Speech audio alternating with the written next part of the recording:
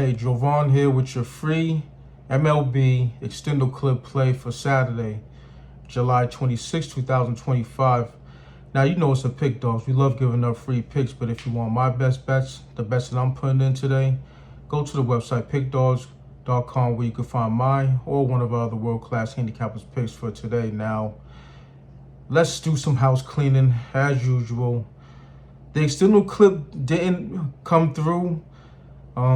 The LA Dodgers, they had a 3-2 lead in the top of the fifth inning with a man on first and third with one out, and Freddie Freeman couldn't bring him home.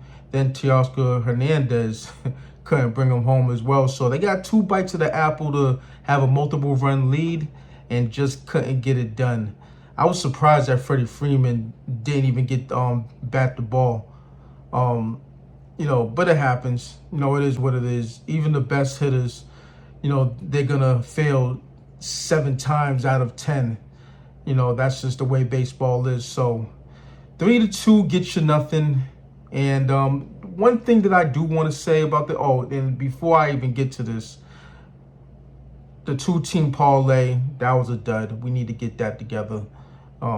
Because I'm used to hitting 2-teamers, and I haven't been hitting them as of late. I think last one was last Friday or last Saturday, one of those. But nevertheless, one thing I do want to say about the Extendo clip is that you have to make the choice on whether you like it or not. Now we're capping the run line, or in other sports it'll be the spread at a certain number. Case in point, last night or tonight's game, we had Dodgers -1.5 first 5 innings at plus money, substantial plus money, plus 180. Even though it didn't come through, they hit on the half a run first 5 innings, and they hit on the money line. This is supposed to be a ladder bet, and if you have the capital to make it a ladder bet, I suggest that you do so, because you would have hit 2 out of 3 of those plays. I'm not sure if people are understanding that or if people are actually doing that, but that's what it's intended to do. That's what the Extendo clip is intended for, to ladder the bet. Now, we're within reason. Now, case in point, if you're taking a favorite, I don't want you to take a -170 on the money line and then laddering it from there. I would say ladder it from plus money, or at least -110, 120 odds. Anything further than that, it's getting kind of sketchy.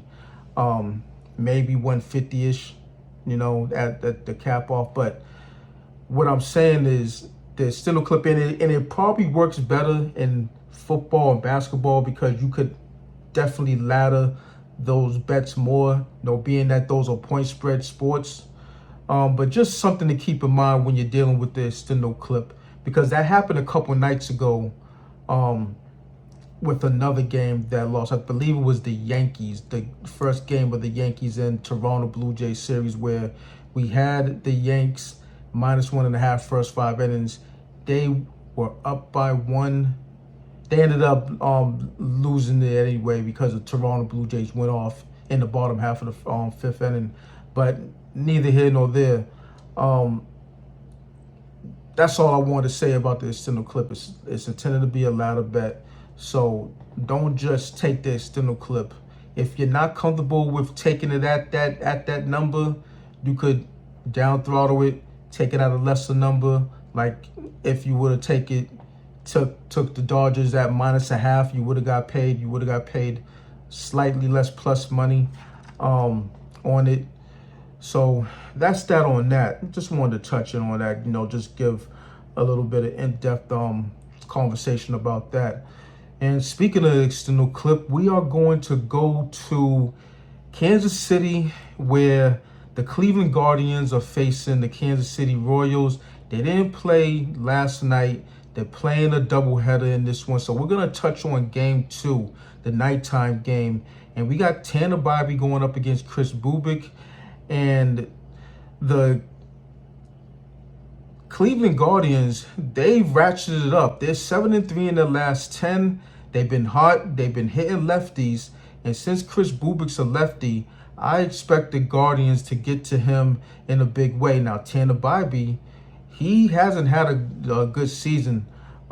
He's had his moments, but overall it's been a down year for him.